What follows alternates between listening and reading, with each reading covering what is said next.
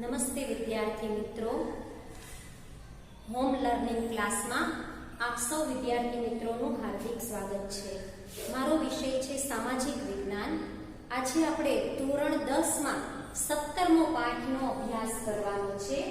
17મા પાઠનું નામ છે આર્થિક સમસ્યાઓ અને પડકારો, ગરીબી અને બેરોજગારી। આપ સૌ જાણો છો વિદ્યાર્થી મિત્રો કે આપણો દેશ છે ભારત દેશ, એમાં અનેક આર્થિક અને સામાજિક સમસ્યાઓ છે। એ સમસ્યાઓ તો છે, સાથે સાથે કેટલા પડકારો પણ છે। આર્થિક સમસ્યાઓ છે જેવી કે ગરીબી, બેરોજગારી, ભાવ વધારો, વસ્તી વધારો, ભૂખમરો, આ અનેક સમસ્યાઓથી ઘેરાયેલો છે આપણો દેશ। હવે પડકારો એટલે શું એ આપણે સમજીએ। સમસ્યાઓ એટલે શું એ તમને બધાને ખ્યાલ છે। પડકારો એટલે એવી સમસ્યાઓ કે જે સમસ્યાનો ઉકેલ આપણી પાસે છે, આપણી સરકાર પાસે છે, પરંતુ જે ઉકેલી શકાતી ન હોય, અનેક પ્રયત્નો છતાં પણ ઉકેલી શકાતી ન હોય એવી સમસ્યાને પડકાર કહેવાય છે। તો આ પાઠમાં આપણે એવી બે પડકારો વિશે અભ્યાસ કરવાનો છે। એક છે ગરીબી અને બીજું છે બેરોજગારી। આ બે સમસ્યાઓ એવી છે વિદ્યાર્થી મિત્રો કે જે એક સિક્કાની બે બાજુ છે। ગરીબી અને બેરોજગારી બંને એક સિક્કાની બે બાજુ છે।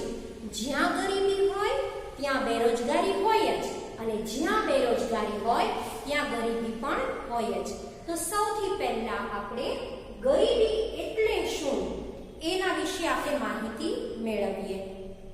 ગરીબી એટલે શું તો કે કોઈ પણ વ્યક્તિ છે એ પોતાની મૂળભૂત જરૂરિયાતો, ખોરાક, પોશાક અને રહેઠાણ મેળવી શકતો ન હોય તો તેની એ પરિસ્થિતિને ગરીબી કહેવાય છે। આપણા દેશમાં સમાજનો મોટો વર્ગ છે એ પોતાની ન્યૂનતમ પાયાની જરૂરિયાતો છે એ લઘુત્તમ ભાવે ખરીદી શકતો નથી, પોતાની પાયાની જરૂરિયાતો છે એ પૂરી કરી શકતો નથી। તો આવી પરિસ્થિતિને વ્યાપક કે દારૂણ ગરીબી તરીકે ઓળખવામાં આવે છે, અને તે વ્યક્તિ છે તેને ગરીબ કહેવામાં આવે છે, અને તેની પરિસ્થિતિને ગરીબી તરીકે ઓળખવામાં આવે છે। તમે સૌ જાણો છો વિદ્યાર્થી મિત્રો કે આપણા દેશમાં ખૂબ ગરીબો છે। આપણે જ્યાં ને ત્યાં આપણને નજરે પણ પડે છે। તો ગરીબ કોને કહેવાય, ગરીબ માટેનું માપન શું છે, એના માટે પણ આપણા આ પાઠમાં સરસ મજાનો મુદ્દો છે। ગરીબી રેખા એટલે શું? ગરીબી માપવા માટેની એક રેખા બનાવવામાં આવી છે જેને કહેવાય ગરીબી રેખા, જેના માટે અંગ્રેજી શબ્દ છે BPL, જે તમે બધા જેનાથી પરિચિત છો, જે તમે વારંવાર સામાન્ય વ્યવહારમાં સાંભળો છો। ઘણા બધા લોકો પાસે, કરોડો લોકો પાસે BPL કાર્ડ છે। તો BPL એટલે બિલો પોવર્ટી લાઈન, ગરીબી રેખા નીચે જીવતા લોકો, એને BPL કાર્ડ સરકાર દ્વારા આપવામાં આવે છે। તો હવે BPL છે એટલે કે ગરીબી રેખા નીચે જીવતા લોકો છે એ કોને ગણવા, તો એના વિશે આપણે માહિતી મેળવીએ। તો કે જે લોકો છે એને પૂરતું 2 ટંક ખાવાનું ન મળતું હોય, એને ખોરાક ન મળતો હોય, તેવા વ્યક્તિ છે એ ગરીબી રેખા નીચે જીવે છે તેમ કહી શકાય। એ જ રીતે જે લોકો છે એને પૂરતો આવાસ ન મળતો હોય, એ જો ગંદા વસવાટોમાં વસવાટ કરતા હોય, એ ગીચ વસવાટોમાં વસવાટ કરતા હોય, સ્લમ એરિયામાં એને રહેવું પડતું હોય, તો તેવા વ્યક્તિને ગરીબ કહેવાય છે। જે લોકો નિરક્ષર હોય, ગરીબી રેખા નીચે જીવતા લોકો કેવા હોય છે તો કે મોટે ભાગે નિરક્ષર હોય છે। જે લોકો કુપોષણનો ભોગ હોય અને તેને લીધે વિવિધ રોગોથી પીડાતા હોય છે, આવા લોકો ગરીબ કહેવામાં આવે છે। આવા લોકો છે એના બાળકોને ભણવાની ઉંમરે ફરજિયાત મજૂરી કરવી પડે છે। તો તેને ગરીબી રેખા નીચે જીવતા લોકો કહેવામાં આવે છે. આ લોકો છે એનું સરેરાશ આયુષ્ય છે એ ઓછું હોય છે.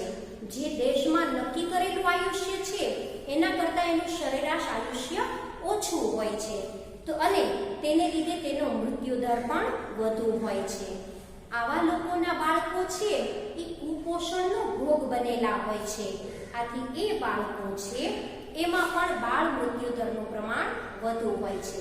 તો આ જે લક્ષણોની આપણે વાત કરી તે બધા ગરીબી રેખા નીચે જીવે છે તેમ કહી શકાય. અને આવા કુટુંબો માટે આપણી સરકારે એક શબ્દ વાપર્યો છે, અંત્યોદય કુટુંબ. આવા કુટુંબોને અંત્યોદય કુટુંબ અથવા ગરીબી રેખા નીચે જીવતા કુટુંબો તરીકે ઓળખવામાં આવે છે. તો આ તમે સમજી ગયા કે ગરીબી એટલે શું અને ગરીબી રેખા એટલે શું. હવે આપણે ગરીબીનું માપન કેવી રીતે કરવું, ગરીબીનું માપન કેવી રીતે કરવું એક મોટો પ્રશ્ન છે. તો ગરીબીનું માપન છે એના માટે અર્થશાસ્ત્ર વિષયમાં બે પ્રક્રિયા થાય છે. અર્થશાસ્ત્રની દ્રષ્ટિએ બે રીતે ગરીબીનું માપન થઈ શકે છે, એક આવકની દ્રષ્ટિએ અને એક ખર્ચની દ્રષ્ટિએ. કયું કુટુંબ છે એ કેટલી આવક મેળવે છે એના આધારે એનું માપન થઈ શકે છે. કયું કુટુંબ છે એ પોતાની જીવન જરૂરિયાતની વસ્તુ પાછળ કેટલો ખર્ચ કરે છે તેના આધારે પણ ગરીબીનું માપન થઈ શકે છે. આ ઉપરાંત ગરીબીનું માપન કરવા માટે બે ખ્યાલ પ્રચલિત છે. એક છે નિરપેક્ષ ગરીબી અને બીજું છે સાપેક્ષ ગરીબી. કોઈ કુટુંબ છે એ પોતાની જરૂરિયાત છે, એ પોતાની મૂળભૂત જરૂરિયાતો છે એ બજારમાં પ્રવર્તતા લઘુત્તમ ભાવે પણ મેળવવા માટે અસમર્થ હોય તો તેવા કુટુંબ છે એને નિરપેક્ષ ગરીબી કહેવામાં આવે છે. જ્યારે સાપેક્ષ ગરીબી, સાપેક્ષ એટલે સરખામણી, કોઈ કુટુંબ છે એ અન્ય કુટુંબો કરતા ઓછી આવક મેળવે છે તો તે અન્ય કુટુંબ કરતા ગરીબ છે તેમ કહેવામાં આવે છે. અહીં શબ્દ વાપરવામાં આવ્યો છે કુટુંબ. અર્થશાસ્ત્રમાં કુટુંબમાં 5 વ્યક્તિનો સમાવેશ થાય છે. આ તમારે વિદ્યાર્થી મિત્રો ખાસ યાદ રાખવાનું છે. કુટુંબ એટલે 5 વ્યક્તિ, બરાબર. તો આ થયું નિરપેક્ષ ગરીબી અને સાપેક્ષ ગરીબી. ત્યાર પછીની આપણે વાત કરીએ તો ભારતમાં ગરીબીના આંકડા જોઈએ. તમારે ટેક્સ્ટ બુકમાં વધારે વિગતો આપેલી છે જેનો અભ્યાસ કરવાનો. આ વિડિયો જોતા જોતા સામે ટેક્સ્ટ બુક પણ ખુલ્લી રાખો. ભારતની ગરીબી વિશે આપણે વાત કરીએ તો આપણા દેશનું જે આયોજન પંચ છે એણે 2011-12માં જે આંકડા બહાર પાડ્યા એ મુજબ ગ્રામીણ ક્ષેત્રે ₹4080 કોઈ કુટુંબ છે એ ગ્રામીણ ક્ષેત્રે ₹4080 જેટલી આવક મેળવતો ન હોય તો તે ગરીબી રેખા નીચે જીવતું કુટુંબ છે તેમ કહી શકાય. આ એનું માપન બહાર પાડ્યું છે. કોણે? તો કે આપણા ભારતના આયોજન પંચે. હવે શહેરો માટે આવક છે એ વધારે જોઈએ, કારણ કે શહેરોમાં રહેવું હોય તો ખર્ચ પણ વધે છે. તો શહેરો માટેની આવક નક્કી કરવામાં આવી છે આયોજન પંચ દ્વારા. એ છે ₹5000. 5000 કરતા ઓછી આવક કોઈ કુટુંબ ધરાવતું હોય તો તેને ગરીબી રેખા નીચે જીવે છે તેમ કહી શકાય. UNDP છે એને 2011-12માં ગરીબીનું પ્રમાણ કુલ વસ્તીના 21.92% છે એમ કહ્યું છે. UNDP છે એણે એમ કહ્યું છે કે ભાઈ ભારતમાં જે કુલ વસ્તી છે એના પ્રમાણમાં કુલ વસ્તીના 21.92% લોકો ગરીબી રેખા નીચે જીવે છે, જે આંકડો ખૂબ વધારે કહેવાય. પરંતુ વર્તમાનમાં સરકાર છે એની અનેક યોજનાઓને લીધે આ આંકડાઓનું પ્રમાણ નીચું જોવા મળે છે. આપણો દેશ છે એમાં અનેક રાજ્યો આવેલા છે, જેમાં સૌથી વધુ ગરીબી ધરાવતું રાજ્ય છે છત્તીસગઢ. છત્તીસગઢમાં સૌથી વધુ ઊંચું છે ગરીબીનું પ્રમાણ જે છે 36.93%. 36.93% છે એ સૌથી વધુ પ્રમાણ ધરાવતું રાજ્ય છે છત્તીસગઢ અને સૌથી ઓછી ગરીબી ધરાવતું રાજ્ય છે ગોવા, જ્યાં છે 5.9% ગરીબી છે. આ ઉપરાંત ભારતમાં સરેરાશ 30% થી વધુ ગરીબી ધરાવતા રાજ્યોમાં પણ ઘણા બધા રાજ્યોનો સમાવેશ થાય છે. ઉદાહરણ તરીકે છત્તીસગઢ, ઉત્તર પ્રદેશ, બિહાર, ઝારખંડ, મણિપુર, અરુણાચલ પ્રદેશ, ઓડિશા વગેરે જેવા રાજ્યો છે ત્યાં સરેરાશ 30% થી પણ વધુ ગરીબીનું પ્રમાણ જોવા મળે છે. હવે આપણે જોઈએ ભારતના ગરીબો, એને બે ભાગમાં વહેંચવામાં આવ્યા છે, ગ્રામીણ ગરીબો અને શહેરી ક્ષેત્રના ગરીબો. કે ભાઈ ગ્રામ્ય ક્ષેત્ર છે એમાં ક્યાં ક્યાં ગરીબોનો સમાવેશ થાય છે? તો કે ગ્રામીણ ક્ષેત્ર છે તેમાં જમીન વિહોણા ખેડૂતો, ખેત મજૂરો, ગણોતિયાઓ, આ ઉપરાંત કુટીર ઉદ્યોગ કે લઘુ ઉદ્યોગમાં કામ કરનારા કારીગરો, ભિક્ષુકો વગેરેનો સમાવેશ ગ્રામીણ ગરીબોમાં થાય છે. હવે જોઈએ શહેરી ક્ષેત્રે ગરીબો. તો શહેરી ક્ષેત્રે ગરીબો છે એ ક્યાં જોવા મળે? તો કે નાના નાના કારીગરો, લારી ગલ્લા ઉપર કામ કરતા મજૂરો, હોટલ કે ગેરેજ કે ધાબામાં કામ કરતા મજૂરો, આ ઉપરાંત ભિક્ષુકો, નાની હોટલોમાં કામ કરતા લોકો, નાના મજૂરો છે, મજૂરી કરતા લોકો, આ બધાને શહેરી ક્ષેત્રે ગરીબો કહેવામાં આવે છે. તો આ ગરીબીની વાત થઈ. તો કે ભાઈ ગરીબી આટલી બધી છે આપણા દેશમાં, તો એના ઉદ્ભવવાના મુખ્ય કારણો ક્યાં છે? ગરીબી ઉદ્ભવવા માટેના અનેક કારણો છે વિદ્યાર્થી મિત્રો, જેની આપણે ચર્ચા કરીએ.